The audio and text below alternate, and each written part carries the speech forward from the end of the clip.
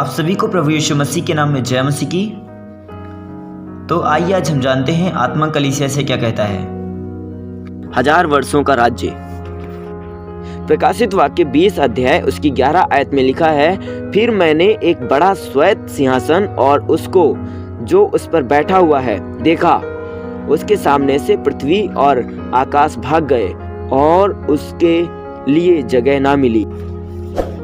अगला प्रश्न जो मेरे मित्र ने मुझसे पूछा वह यह है कि यदि रैप्चर के पश्चात पृथ्वी पर कोई भी उद्धार पाया व्यक्ति नहीं है, तब लोग कैसे उद्धार पाते हैं?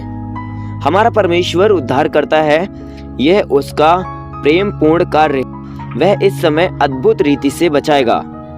उसका धन्य पवित्र आत्मा पाप, धार्मिकता और न्याय के लिए कायल करने का कार्य निरंतर करेगा।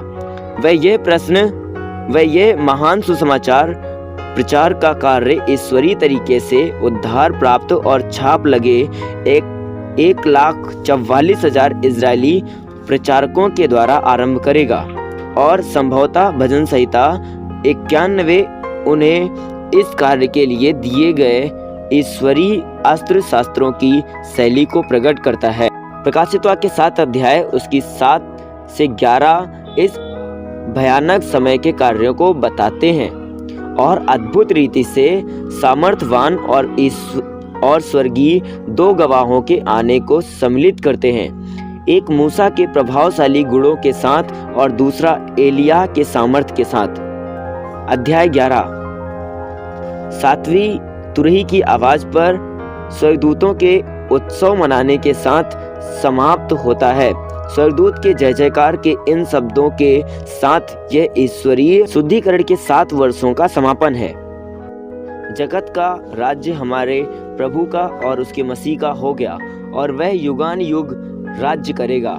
पद 15 अध्याय 12 से 19 हमें ईश्वरीय दंड के इन भयानक 7 वर्षों का तीसरा दृष्टिकोण देते हैं, परंतु अब की बार प्रभु हमें पात्रों या एक्टर्स को दिखाते हैं। ये पात्र हैं इज़राइल देश, मसीह, तब शैतान, महान लाल अजगर और उसके दूत, इस समय पृथ्वी में उसके विश्वासी और तब सुसमाचार के मित्र, ऐसे संसारिक लोग जो ख्रीष्ट पर उद्धारकर्ता के रूप में भरोसा करने में असफल रहे तो जाते हैं, किंतु शैतान के साथ सहयोग करने से मना कर देते हैं।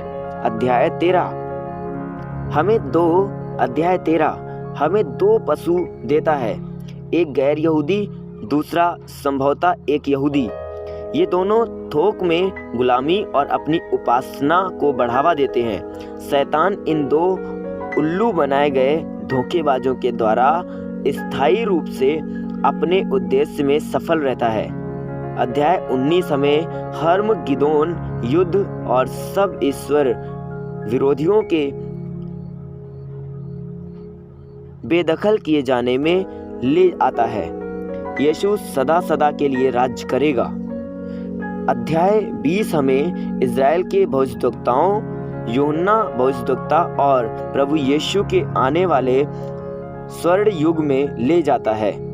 यहाँ हमें 1000 वर्ष के अदन वाले ईश्वरीय महिमा की रक्षा मिलती है, जिसके बाद महान श्वेत सिंहासन और अंतिम मानवीय पाप और उन सभी के गंदे चुनावों का न्याय संगत पुनरावलोकन और खोला जाना मिलता है, जो जीवन के उद्धारकर्ता के पास आने की अपेक्षा भूखों मरने का चुनाव करते हैं।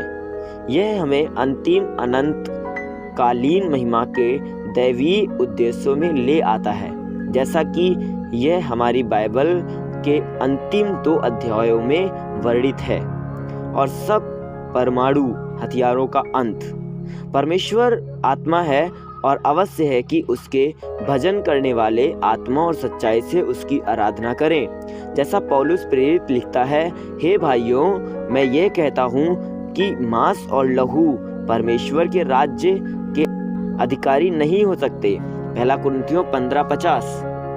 प्रकाशित वाक्य 2:20 फिर मैंने एक बड़ा श्वेत सिंहासन और उसको जो उस पर बैठा हुआ है देखा, उसके सामने से पृथ्वी और आकाश भाग गए और उनके लिए जगह ना मिली।